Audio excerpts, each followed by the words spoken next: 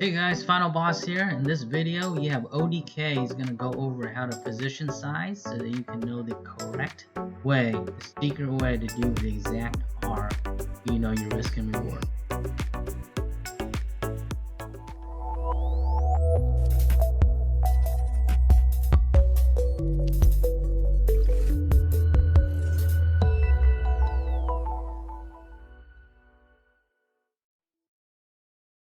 And so then how do we achieve that? How do we make certain that every trade we lose only a set amount, a predetermined amount? It's by engaging in what's called position sizing. Position sizing allows traders to keep their losses uniform. And that uniformity then gives the trader control over their risk.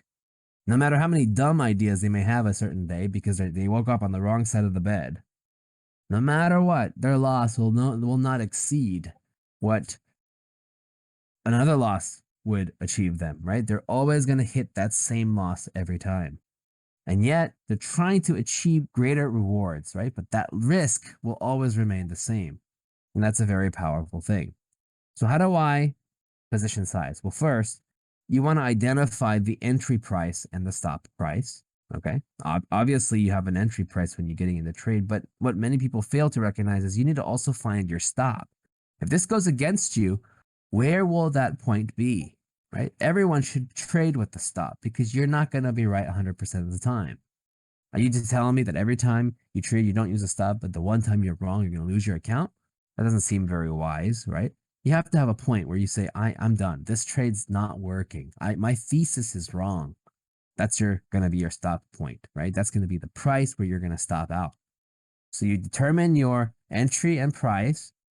Then you also determine, okay, how much am I going to risk on this trade? And it's, remember, 1R, a percent of your account. And then finally, right, you have to calculate the exact number of shares that causes a potential stop loss to be equal to that 1R, right? So it takes a little bit of math. Right? You want to calculate that exact number of shares. And so I wanted to show you guys an example, right?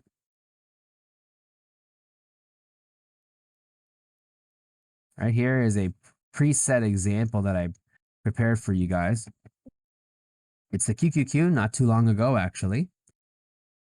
Perhaps as it made that downturn right here, as you can see the red right there, you were determining that, okay, there's some resistance up here. You can see that.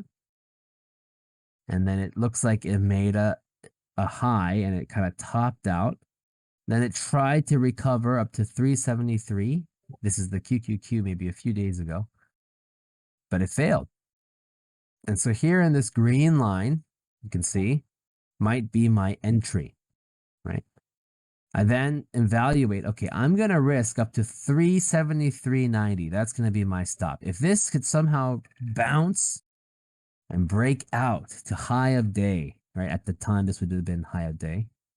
I'm going to stop out and I'm going to get in right here at 371.28. Okay. What would be that distance from a price standpoint? Well, okay, let's bust out a calculator. Right? What would be that distance? Well, if I get 373.90, right? And I subtract 371.28, you can see that it's a $2.62 difference, right? So just follow with me. If I were to get one share short, if I were to short one share here, and then finally get stopped out at 373.90, as you can tell, I would lose $2.62, right? If I were to get two shares, right, I would lose $5.24. Do you see? Now, if I want to find an exact amount, imagine I'm trying to risk $100. I would do 100 divided by 2.62, right? Which would then say, the calculator says, I should get around 38 shares. If I were to short 38 shares right at 371.28, then when I get stopped out at 373.90, I would lose almost precisely $100, right? Assuming I have a $100,000 account and I'm risking 0.1R. That's just $100 a trade. And I think I have a greater likelihood than not that I'll be right on this, right? So I short 38 shares, and what will happen? Well, let's see what happened. Well, it broke down all day, right? And you would have hit your 2R. And you can see that green line at the bottom. That would have been your 2R, right? At 365.90, you would see on your PNL a $200 reward, right? You would see $200 printing on your account. And you achieved that 200 only by risking $100, right? Only by risking 100.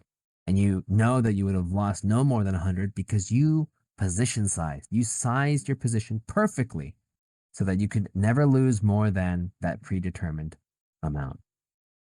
All right, guys. So that concludes it for this module. Hopefully that was helpful.